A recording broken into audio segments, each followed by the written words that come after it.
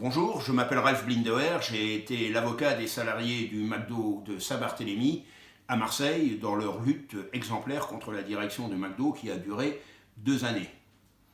On peut faire un très rapide retour sur cette lutte.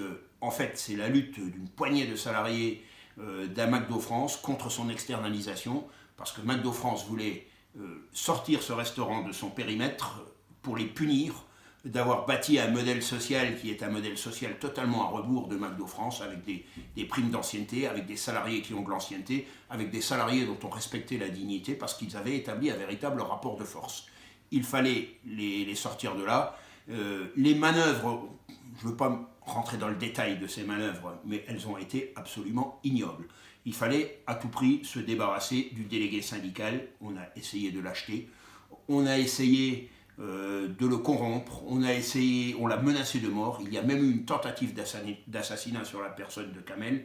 Le combat a duré 2 ans, il a été judiciaire, il a été médiatique, il a été politique, il a eu des retombées jusqu'aux États-Unis, où la presse américaine en a parlé abondamment, la presse internationale aussi. C'était un combat exemplaire et je vous invite à faire des recherches sur Facebook, des recherches dans la presse, des recherches simplement sur Google pour avoir plus de détails sur ce combat. Moi, j'estime que ce combat a été exemplaire. J'ai été très fier d'y participer. Voilà ce qu'on peut dire de ce combat. Et comment se termine-t-il ce combat? Liquidation judiciaire du McDo de Saint-Barthélemy. Les locaux sont vides. J'en profite pour dire que la liquidation judiciaire d'un McDo, c'est une première mondiale. Ça n'est jamais arrivé sur Terre. C'est la première fois que, pour se débarrasser d'un délégué syndical, on en arrive jusqu'à provoquer la liquidation judiciaire, organisée de toutes pièces. Donc on a des locaux vides. On a des locaux vides qui, depuis le 13 décembre, ne servent à rien. Eh bien, ils vont servir.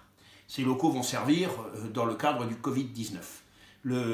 L'épidémie arrive, et nous sommes dans les quartiers nord de Marseille, 14e, 15e arrondissement, les quartiers dans lesquels la misère règne en maître, dans lesquels la précarité règne en maître. C'est pas quelque chose de nouveau, la précarité dans le 14e et le 15e. Mais là, le Covid, c'est le coup de grâce. Parce que toute une population qui vivait de petits travaux non déclarés, est-ce leur faute? Certainement pas.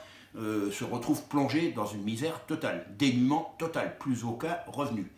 Et donc l'idée des associations de quartier, avec les anciens salariés de McDo, parce qu'on a réussi quand même à sortir par le haut pour les salariés de McDo, eh bien c'est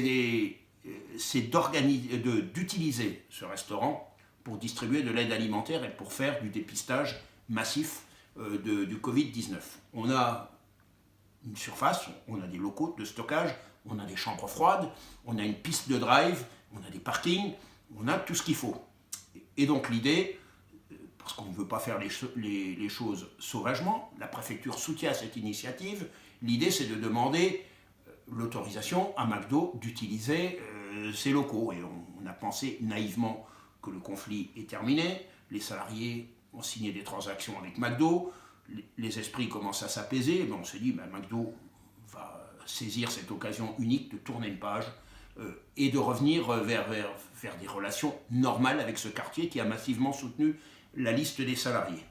D'autant plus que McDo avait beaucoup communiqué, comme il l'avait fait à l'époque de Notre-Dame, sur quelques Big Mac et quelques cafés distribués au personnel soignant. On s'est dit, là, il y a une occasion historique pour McDo de se racheter une virginité et puis de nous donner l'autorisation d'utiliser ce restaurant. Eh bien, on s'est heurté à un refus absolument catégorique de la direction de McDo, motivé par les 2 années de conflit qui viennent de s'écouler. Donc, en d'autres termes, il fallait punir ce quartier du soutien qu'il a apporté à la lutte des salariés de McDo. Voilà, McDo a du cœur quand ça se voit, McDo aime la charité qui se voit dans les médias, mais quand il s'agit de faire une opération de grande ampleur, eh bien, c'est non. Eh bien, nous faisons sans McDo. Je dis nous, ce sont surtout eux, moi je soutiens ça à distance. Eh bien, le restaurant sert de plateforme logistique pour de la distribution d'aide alimentaire à grande échelle. On parle de tonnes d'aide alimentaire là, qui sont distribuées dans le quartier. Les chambres froides servent, la piste du drive sert pour l'instant à la distribution de colis. et elle va servir maintenant au dépistage du Covid.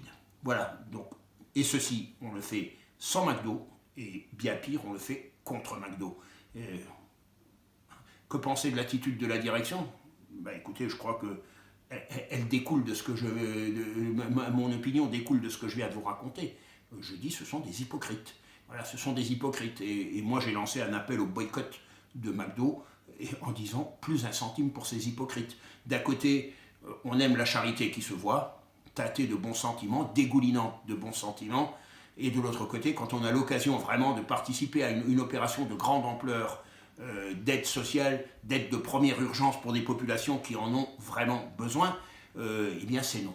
C'est non. Mais écoutez, on a réquisitionné le restaurant, on fait sans eux, et c'est très bien comme ça. Alors comment pouvez-vous soutenir cette initiative? Je pense qu'on peut la soutenir en la popularisant.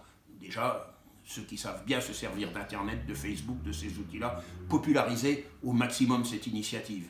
Et il faut que cette initiative essaime dans le territoire national, il faut qu'elle fasse des petits, il faut que d'autres initiatives de ce type-là se mettent en place, parce que des besoins, il y en a partout.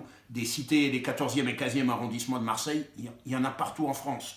Donc si d'autres pouvaient prendre le relais et faire des opérations du même type, eh bien allez-y. Et puis, si vous avez quelques sous d'avance, eh bien voilà, nos escarcelles vous restent ouvertes et on a besoin de soutien financier. Pour l'instant, on vit de dons d'Emmaüs, des banques alimentaires et de choses comme ça. Voilà, on va essayer de tenir encore quelques semaines, voire quelques mois, et on va avoir besoin de soutien financier.